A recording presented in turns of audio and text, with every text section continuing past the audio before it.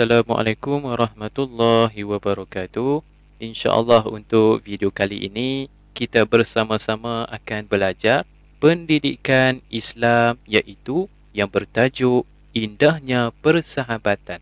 Tetapi sebelum kita belajar pendidikan Islam, marilah kita sama-sama menonton sebuah animasi tentang persahabatan. Ini Faiz. Faiz sangat suka membantu orang. Faiz sentiasa akan membantu orang yang berada dalam kesusahan. Ini pula Najmi. Najmi seorang yang suka menasihati sahabat-sahabatnya yang lain. Pada suatu hari, Faiz dan juga Najmi pergi ke padang bola sepak untuk bermain bola sepak bersama-sama. Di sana, Najmi menjadi seorang penjaga gol dan si Faiz pula menjadi seorang penyepak bola. Tetapi pada hari itu, Faiz dengan tidak sengajanya menyepak bola terlalu laju sehingga terkena kepala Najmi. Push! Lalu Najmi pun jatuhlah ke atas tanah dan terus pingsan. Faiz segera menelefon ayah Najmi.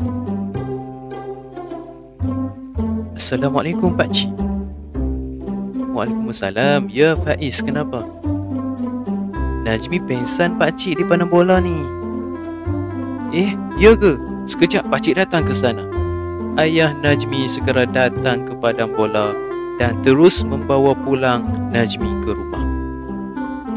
Di rumah, Najmi segera dibaringkan dan ditenangkan. Setelah beberapa minit, Najmi sedar daripada pingsan. Terima kasih Faiz sebab membantu saya tadi. Sama-sama Najmi, tak perlulah ucap terima kasih. Saya yang perlu minta maaf kepada awak ni, sebab saya awak jadi macam ni.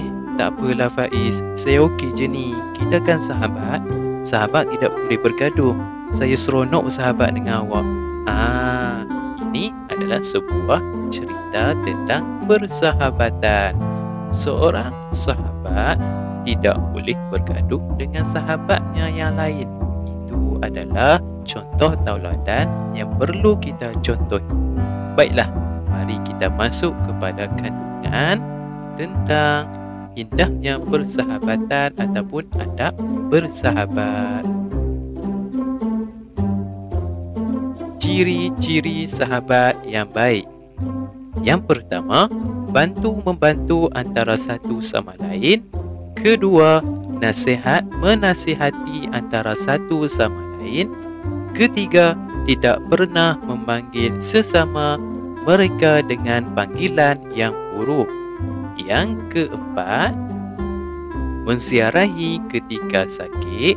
Yang kelima, mendoakan kesejahteraan. Dan yang keenam, menutup keaiban sesama sendiri. Baiklah, kita terus kepada kepentingan mengamalkan adab-adab bersahabat mengikut sunnah Nabi Muhammad sallallahu alaihi wasallam. Yang pertama ialah penyayang, memupuk rasa kasih dan sayang. Kedua, menyemai sifat berkongsi kurniaan Allah Subhanahu wa taala. Yang kedua ialah prihatin. Bagaimana kita prihatin kepada sahabat kita? Yang pertama, menimbulkan kemesraan. Kedua, sentiasa mengambil berat tentang sahabat. Yang ketiga, mengeratkan persaudaraan. Baiklah, kepentingan yang seterusnya ialah peroleh kebahagiaan. Bagaimana peroleh kebahagiaan? Yang pertama, mewujudkan kehidupan yang aman dan harmoni. Kedua, merasai kemanisan iman dan persahabatan. Baiklah, kepentingan yang terakhir ialah mendapat pahala.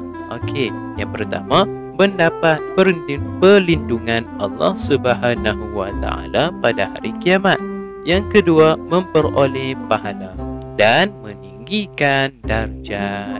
Okey, itu adalah antara ciri-ciri dan juga kepentingan mengamalkan adab-adab bersahabat.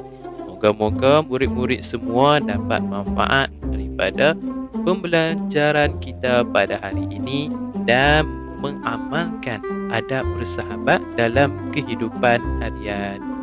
Okey, itu sahaja. Wallahu a'lam. Assalamualaikum warahmatullahi wabarakatuh.